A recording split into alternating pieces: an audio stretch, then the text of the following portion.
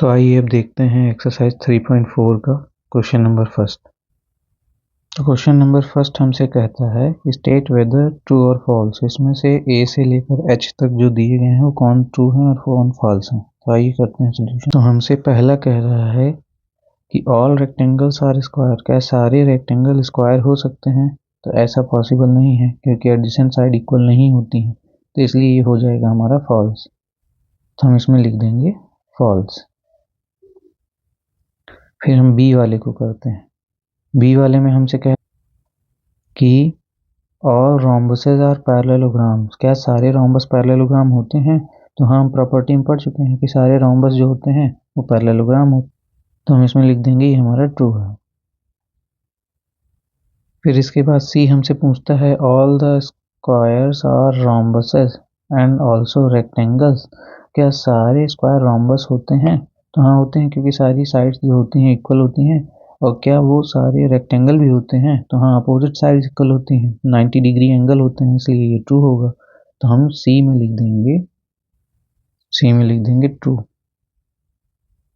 अब हमसे डी वाला कह रहा है कि all squares are not parallelogram. क्या सारे स्क्वायर जो होते हैं वो पैरेललोग्राम नहीं होते हैं? तो ऐसा नहीं है, सारे स्क्वायर जो होते हैं वो पैरेललोग्राम होते हैं, तो ये हमारा फॉल्स होगा। हम लिखेंगे डी वाले में फॉल्स। अब हमसे ई कहता है कि ऑल काइट्स आर रोम्बसेस। सारी काइट्स पतंगे जो होती हैं वो रोम्बस होती हैं। तो अब काइट्स की अगल बगल की साइड इक्वल होती है पर आमने सामने की नहीं रहती, तो हम सारी साइड इक्वल नहीं कह सकते, इसलिए हम लिखेंगे इसमें ये फॉल्स हो जाएगा हमारा। ई जो हमारा ये है फॉल्स। अब हमसे एफ वाला कहता है कि ऑल रोम्बसेस आर काइट। सारे रोम्बस काइट्स हो सकते हैं। तो हाँ, ये पॉसिबल है क्योंकि रोम्बस की सारी साइड्स इक्वल होती हैं, तो अगल बगल के एडजेसेंट साइड भी इक्वल हो गई। तो हम इसमें लिख देंगे कि एफ जो है वो हमारा ट्रू होगा। इसके बाद अगला जी हमसे कहता है कि ऑल पैरेललोग्राम्स आर ट्रेपीजियम। सारे पैरेललोग्राम ट्रेपीजियम्स होते हैं।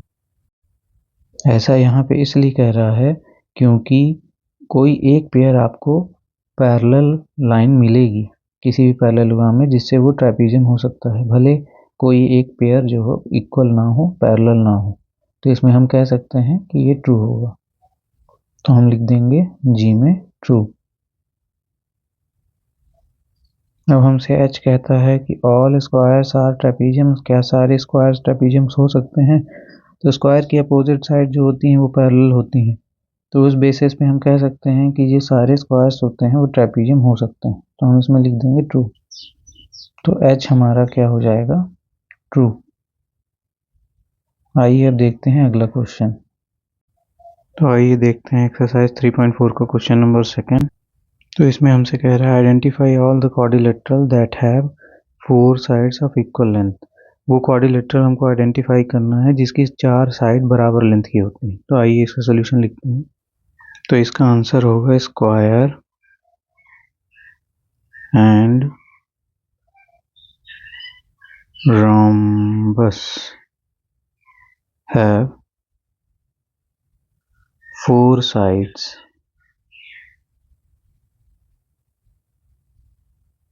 of equal length.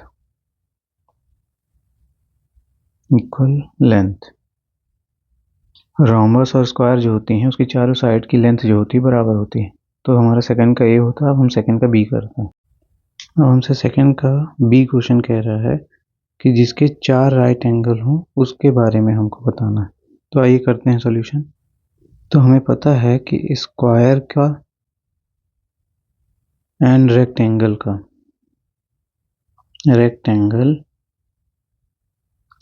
have 4 right angles होते हैं।